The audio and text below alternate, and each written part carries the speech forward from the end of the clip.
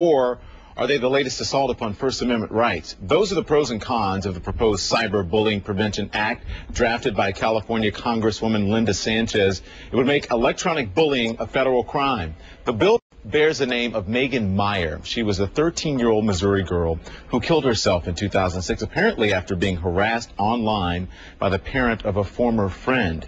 The adult in the Meier case was convicted, but it was only on a misdemeanor count.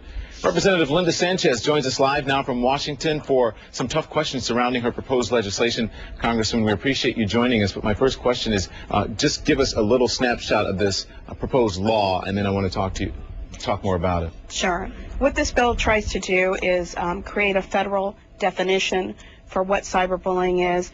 I believe that it's very narrowly tailored so that it doesn't conflict with people's free speech rights, but it's meant to have offline consequences for people who use electronic means to threaten, intimidate, or harass, and who do it in a repeated and severe way. We talked about Meier, and that case was in Missouri, but how and why are you involved in this? Why are you championing this proposed legislation?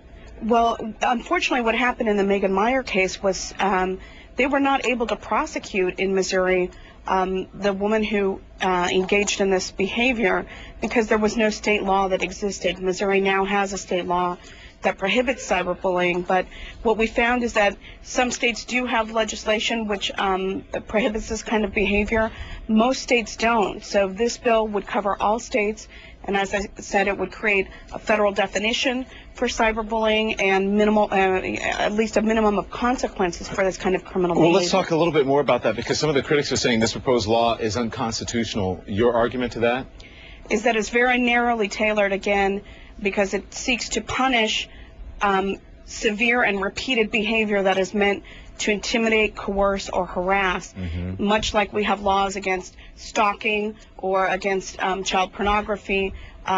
You have to narrowly tailor it so that you're not interfering with people's free speech rights. Well, let's talk about your chances. This bill does that. Your chances of getting it passed. I mean, you can get it passed, but then it can change. It could be watered down. Are you okay with that? Because that may be better than nothing. Well, I think given legislation that has come through the House and been successful in terms of internet safety program, I think that once we begin educating members to the seriousness of the problem and its growing in seriousness, I think that we'll have a lot of support for this legislation, and I'm working to try to get the support and the hearings necessary in order to get it passed through Congress. Representative Linda Sanchez, we really appreciate it. Thank you. My pleasure. Meantime, a new holy